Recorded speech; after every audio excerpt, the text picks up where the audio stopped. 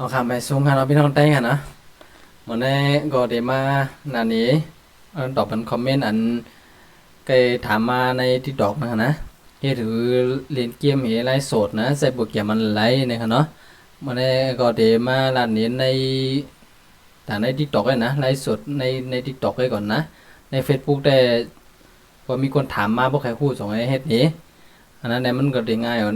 ใน TikTok นั่นแหละนะอันกำพองกำนำอันหูมันค่ะนะในเฟซใน TikTok ในให้ถือใช้โปรแกรมอะไรในฮอดด้วยกันค่ะนะก่อนด้วยเนี่ยก็อย่าไปลืมเน็กไลน์นี่เช็คหาว่าด้วยไว้ใน Facebook เนี่ยก็เข้าบันแฮกในข้อง TikTok พองไปด้วยในข้อง TikTok พองเนี่ยก็เข้าบันแฮกในข้อง YouTube พองนะข้อง YouTube ซื้อเหมือนกันหมดค่ะนะพี่น้องได้ทั้ง3ข้องเนี่ยเหมือนกันหมดค่ะนะเดี๋ยวได้มีแฮงเจอเฮ็ดวิดีโอมาสอนค่ะนะเอาค่ะคำในเฮาก็ด้วยโปรแกรมในสดใน TikTok นะก็เป็นโปรแกรมตัวไหนนะอันนี้นะ TikTok Live Studio เนี่ยนะ TikTok Live Studio เนี่ยนะเตรียมหาใน Google หั่นนะเตรียมหาใน Google มีหาในนะเปิดโปรแกรมขึ้นมาอันนี้บ่รู้เลยตั้งค่าทางนำหั่นนะพยากรณ์มันเป็นดิกไทยมันอ่านง่ายนะตัวนี้เป็นดิกไทยหมดเลยนะพยากรณ์เนี่ยอันนี้มันได้เป็นนางดำหมดเนี่ยมือเดี๋ยวจะขึ้นมาได้เช่นนั้น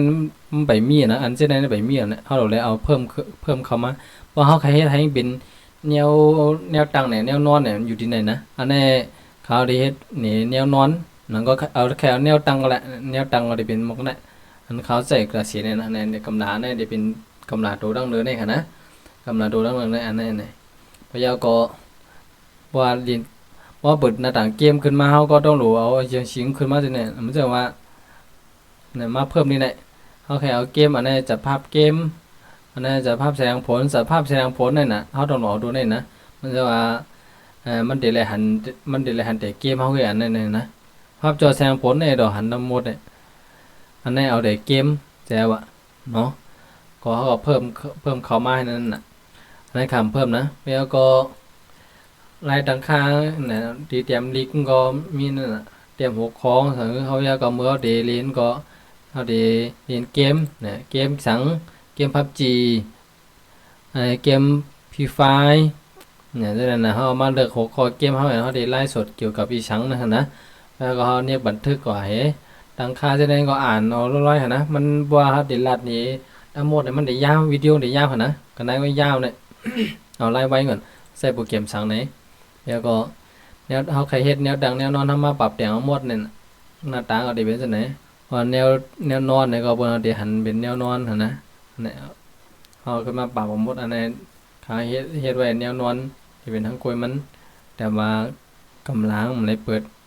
ก็เริ่มไล่กันได้เวลาเขาได้เฮ็ดวิดีโอให้อยู่ไว้ในเครื่องก็เน็กอัดที่ไหนหั่นนะพอเน็กอัดมันจะว่าพอเล่นเกมเนี่ยก็เฮาก็เน็กอัดที่ไหนเฮ็ดตั้งไลฟ์สดเฮ็ดพร้อมกันหั่นน่ะว่าเ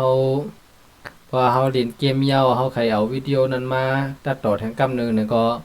เขาเอามันนะเขาอยู่ที่ว่าเขาดีเอาไว้ดีไหลอัดยาววิดีโอเขาเดี๋ยวไว้ดีไหลเนี่ยอันนั้นต้องรู้เดี๋ยวนี้ทางตีงเดี๋ยวนี้ทางบอกนะหาด้วยแน่ๆหานั่นแหละเขาลืมปีมันเอาวะ